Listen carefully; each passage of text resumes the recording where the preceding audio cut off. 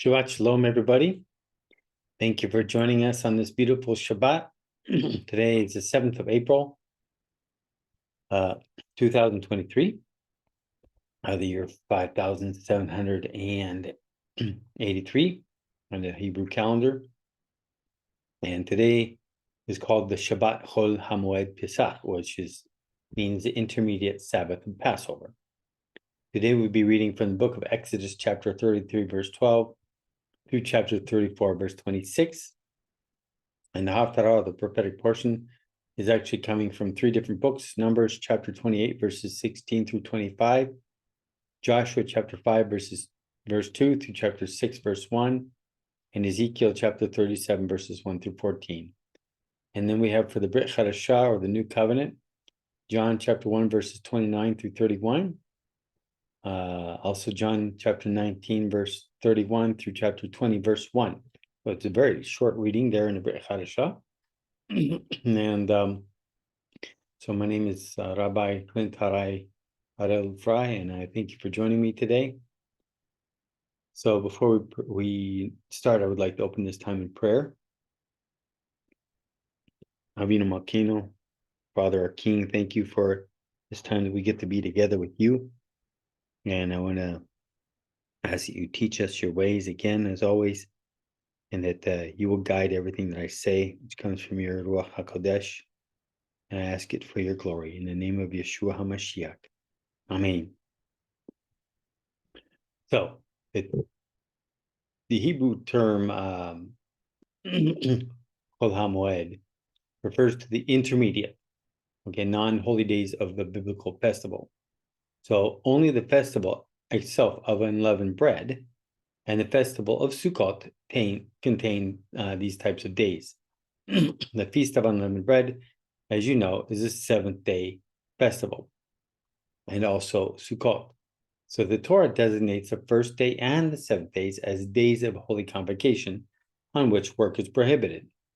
In the intermediate 5 days are Chol HaMo'ed, or intermediate days. They are not festival, feasts, or Sabbaths, or holy convocations. They are simply part of the festival.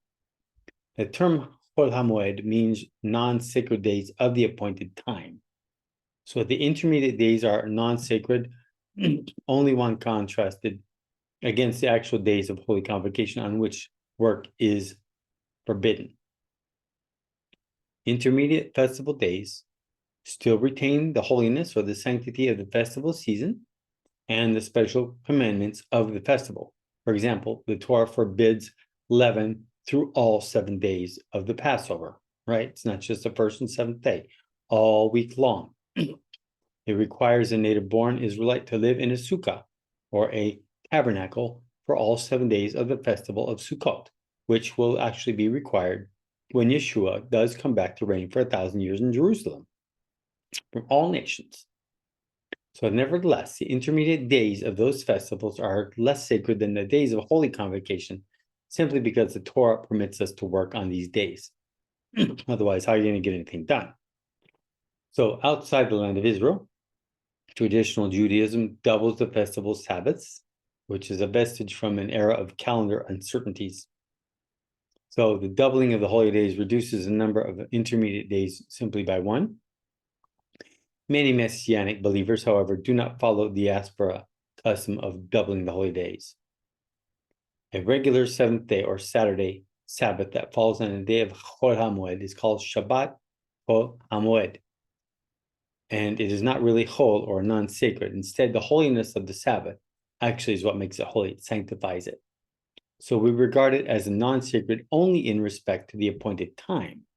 But the holiness of the weekly Sabbath or Saturday is greater than the holiness of the festival itself. Whatever case may be, it's still forbidden to work.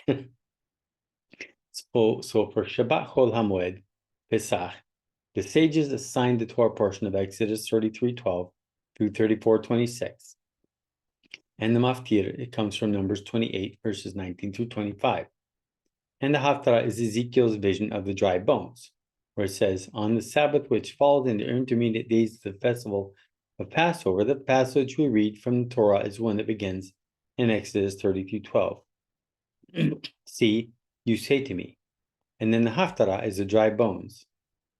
This comes from the book of Megillah, chapter 31a.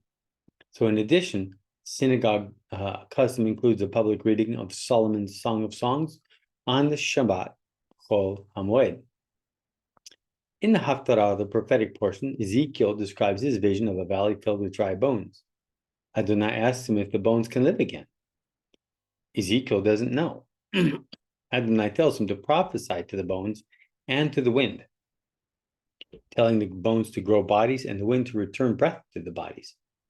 Ezekiel does this, and the bones come back to life.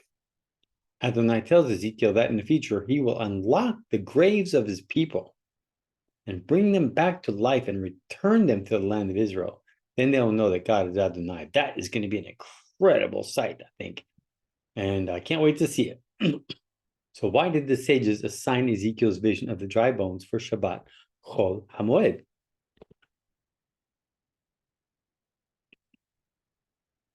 The Rabbi Rashi cited a rabbinic folk tale about a failed exodus from Egypt that the tribe of Ephraim attempted 30 years before Moses returned from Midian. Obviously, this isn't written anywhere in the Bible, but it's interesting.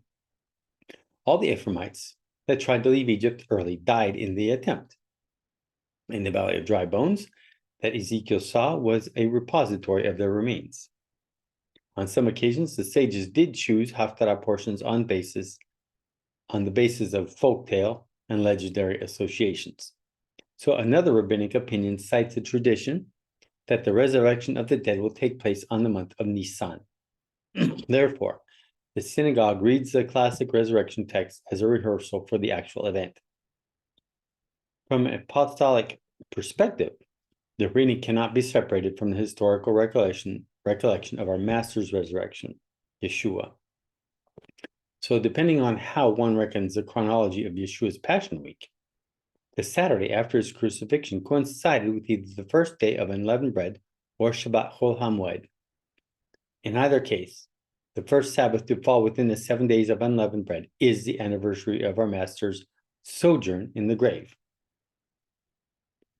According to Matthew 28, verse 1, he rose from that grave on Saturday night. Now, as the Sabbath concluded and the first day of the week began.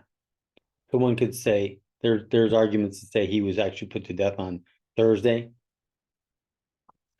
I don't know. I hate to say this. The Bible says he was put to death on Shabbat, on the eve of Shabbat, the day before Shabbat, Friday. And he was there for 3 days. So really, the first work day of the week in Israel is obviously starts Saturday night, evening after the ending of Shabbat. But the first actual day of full day of work is Sunday. However, if you want to count 3 days from Friday afternoon, talking Saturday afternoon, Sunday afternoon, Monday afternoon. So there's really a lot of confusion there as to when. But really, the important thing is he died, he was there for 3 days, and he rose again. It is possible that the annual recitation of Ezekiel 37, verses 1 through 14, is yet another footprint that the early believers left behind in Jewish tradition. This is a question that many people ask. Perhaps they adopted the dry bones passage for Shabbat Chol HaMo'ed Pesach in order to honor the Master's resurrection, and the custom spread into the broader Judaism. Nobody knows.